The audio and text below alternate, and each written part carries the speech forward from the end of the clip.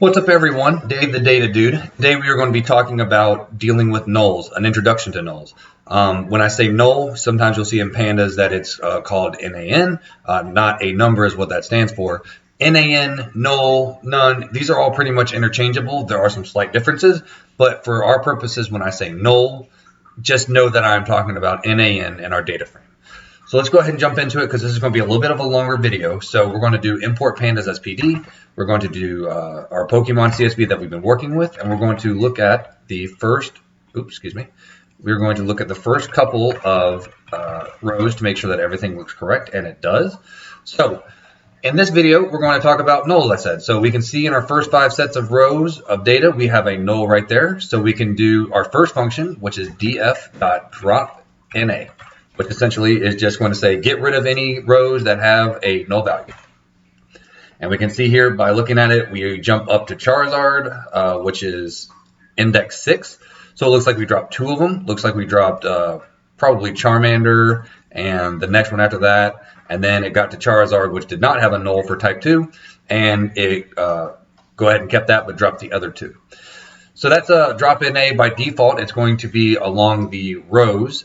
If you set it to axis equals 1, then any column that has data in it, or that has nulls in it, it's going to drop those as well. So we can see that it got rid of our type 2 because we know that it has at least 1 null value in it. It looks like it kept most of the other ones or all the other ones. So type 1 is the only one we got rid of, but you have to work with your data to see if you want to keep nulls, if you don't want to keep nulls, and how you want to handle nulls as far as if nulls exist, if you want to just get rid of the row or if you want to get rid of the entire column.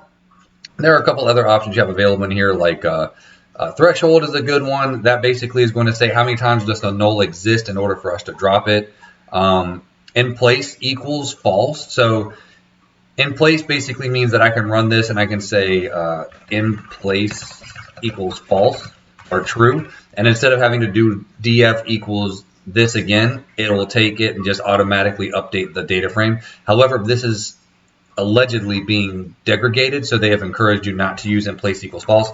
So I never use it anymore. You would just say df equals. So that would basically update your data frame to include data that did not have null values. So that's pretty much all we're going to talk about for the drop NA. The big one that we wanted to talk about today is going to be df.fillna. So fillna basically means I'm going to work with that NA value and do something with it.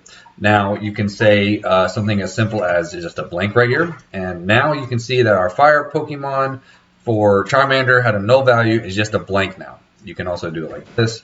Now it's, instead of it being just a space, it's just like a blank value. It's kind of an important distinction if you're trying to look at data sometimes. But know that you can just fill your data with a blank or whatever you want it to be. So if I had null values in my data and I knew I just wanted to make them be called void, so you can just put void here, and now instead of it being null value, it's going to be void. It's just going to say the word void. You can put anything you want here, something random, right? So it can be whatever you want, but you can fill your data. You can fill your null values with something so that you can work with it later, however you works best for you and your company. So that's kind of the basic one. Now there are a bunch of options available to you in the fillna. It's kind of one of the big ones, and we're going to talk about a couple of these because this one is kind of important. So the next thing that we're going to talk about is the method. So the method is how you want to fill that data. There is a function called front fill or backfill.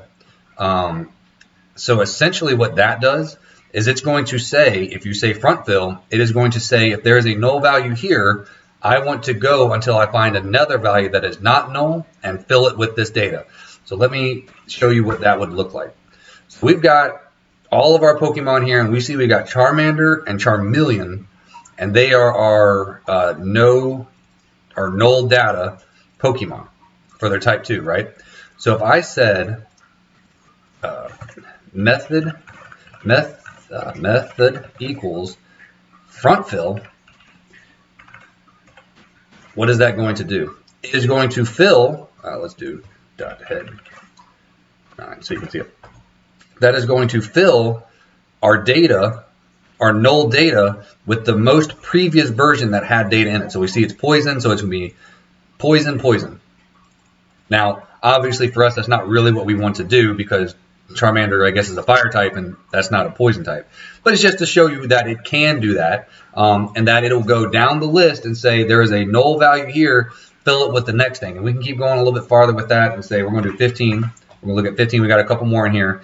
So we've got, Blastoise. So if we did this again, we would expect to see, with this being 15, what are we expecting to see? We should expect to see that Blastoise, Squirtle, and Wartortle will all be filled. Well, and all these really will be filled with flying. So all of these should be flying when we type this in here again.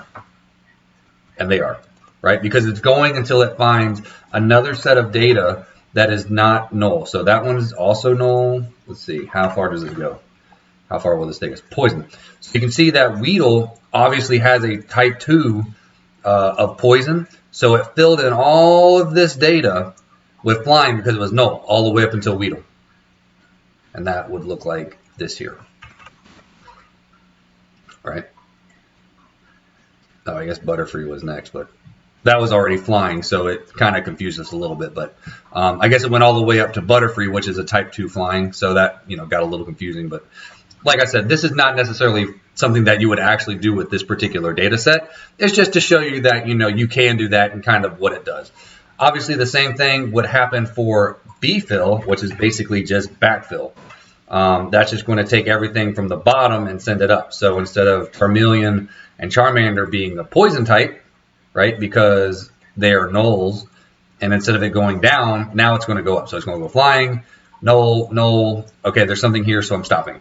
All these are flying because this one is flying, and these are all nulls, and it's going to go until it sees another one, which just so happens to be flying, and it sends all those as value of flying. I know that's a little confusing because of the way the data is set up, but I think you should be able to get it, especially by this example right here.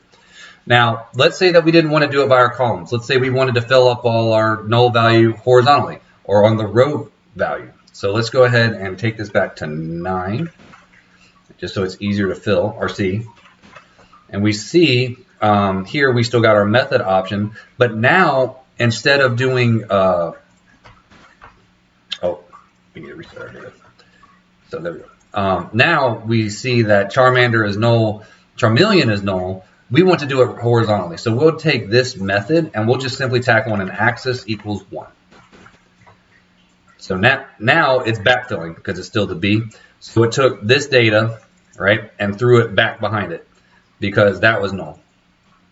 So if you said front fill, same thing. It's going to send it forward, right? So I think that is all that I wanted to talk about for this. You can see that this has got a in-place value as well. Okay, limit. We can talk about limit. That's another important one. So let us return to our previous example of where we were just doing a front fill, and we were looking at all the values that were changed with our flying, and our Charizard and our Charmeleon and everything like that. So these are all flying. Charizard or Charmander and Charmeleon got filled with poison because it's going down the list now because remember we took out our axis equals 1, so now we're back to our filling down our columns. So we can say limit equals 1. So what are we expecting to see here? Okay, well it went down 1 and then it stopped. So it said poison, went down 1. There's still no values, but it said, well, I've reached the limit of what I can do, so I'm not going down any farther. Same thing here. You can see it went from flying to flying, and then it had a whole bunch more null values, but it stopped because our limit had been reached. So if you had said something like, 5, it'd still fill in a bunch, but not quite all of them because it's still it exceeded the limit of 5. That might be good if you have some sort of static data that gets null sometimes up to like a month, for example. If there's 12 months in a year and your data has nulls in there sometimes that you can do it up to 5 times, but more than that is too much, or 12 times, and there are different options that you have available for things like that. But this is to show you that you have the option of limiting how many times the value will fill forward, and obviously you can do that again backwards. And it works if you do axis equals 1 again, so you're going side to side now. These are just some of the things that you might have to play with your data so that you understand how you can fill your data in from horizontally, vertically. You can fill it in with a specific value. So now what happens if we wanted to fill it with a certain date? Like let's say we put in value equals blank and method equals backfill. Will that work? No, it will not, because you can only specify value or method. You can't put both in there. So that's something to be aware of. You can't just fill it with random data and things like that, at least using it like this. You have to use one or the other. So just be aware of that when you're working with your data. So that is all we were going to talk about with our null values today. It's a very broad overview of how you can fill that data, how you can get rid of some data that has null values in it. And it's really important to know, especially if you're a data scientist, because your null values can kind of mess up your analytics and things like that. If you're in business, you might not want to see null values for whatever reason. It might mean that your inventory was void or that your sale was void. So you don't want to include those. But now you should have a good starting point of how you can get rid of some of your data should you need to, or how you can fill some of that data if you need to, or how you can backfill or front fill some of your data should it be null for whatever reason based on how you're importing your data. So like and subscribe. Let us know if you have any questions. Let us know in the comments if there's anything you would like to see so that we can keep bringing you quality content that you enjoy. Thank you very much.